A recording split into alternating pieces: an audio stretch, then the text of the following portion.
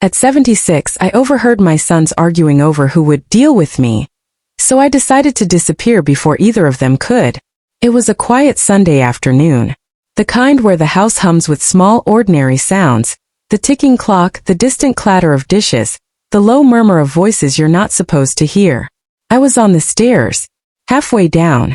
Invisible. "Look, I can't take her in," my older son Michael said sharply. "I've got my own problems." "And you think I don't?" David shot back. "My house is already full. There's no space." I froze.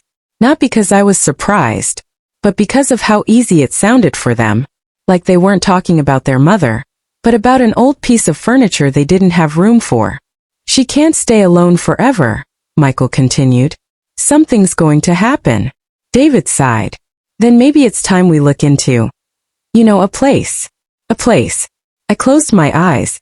48 years I had spent raising those boys. Packing lunches, staying up through fevers, working 2 jobs after their father died just to keep a roof over our heads. And now, I was a problem to solve. I stepped back quietly, careful not to let the floor creak. They never knew I was there. And in that moment, I made a decision. If they were so busy deciding what to do with me, I would remove the question entirely. 3 days later I was gone. No dramatic goodbye. No confrontation. Just a neatly written note on the kitchen table. "Don't worry about me. I've handled everything." That was it. Simple. Clean. Final. I took a bus 2 towns over. No one followed. No one called. At least not at first. I rented a small room above a bookstore. Nothing fancy, just a bed, a chair, and a window that overlooked a quiet street where no one knew my name. For the first time in years, there was silence.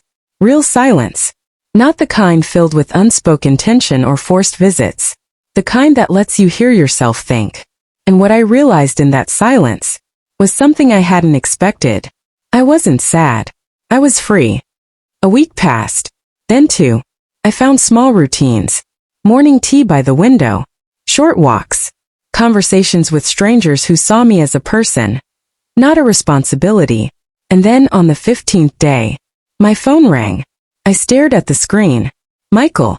I let it ring. Then it stopped. A minute later. "David." I let that one ring too. Not out of anger, but because for once, I wasn't ready to answer. By the 3rd week the messages started. "Mom, where are you? Please call us. We're worried." Worried. It's funny how concern arrives. Only after absence. I listened to every message. And I said nothing. Not yet. Because this wasn't about punishment. It was about understanding. A month later I returned. Not to stay. Just to see. I stood across the street from my old house watching.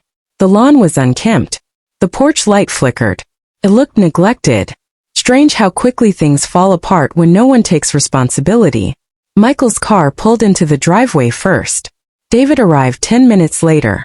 They met at the door. Tension. Frustration. Guilt. All written clearly on their faces. I walked up slowly. Neither of them noticed me until I was just a few steps away. "Looking for someone?" I asked calmly. They turned.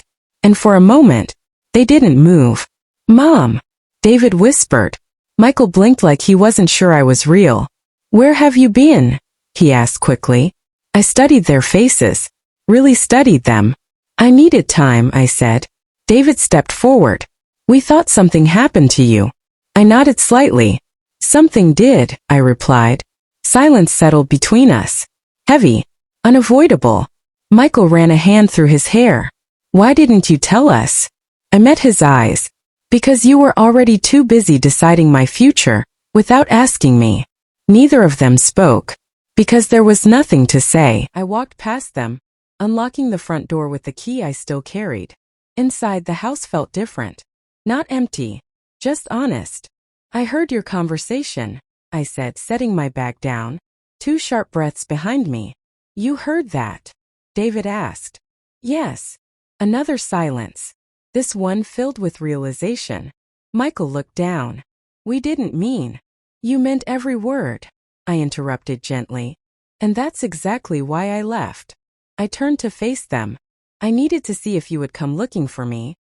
Or if you would simply move on. David's voice cracked. Of course we looked for you. After 2 weeks, I said calmly. They froze. Because they knew. I stepped closer. Not angry. Just clear. I am not a burden, I said. And I will not live my life waiting for someone else to decide where I belong. Michael nodded slowly. You're right, he admitted. David wiped his eyes. We should have talked to you, not about you. Yes, I said softly. You should have. I picked up my bag again. Michael frowned. Wait, you're not staying? I smiled faintly. No, I said. I'm not. David looked confused. Then where will you go? I paused at the door, then looked back at them. 2 grown men who had once needed me for everything, and now needed to understand something far more important. I'll go wherever I choose, I said. A breath. Steady. Certain. Because for the first time in a long time my life isn't being decided in a room I'm not invited into. I opened the door, stepped outside, and this time, I didn't disappear. I simply walked forward, on my own terms,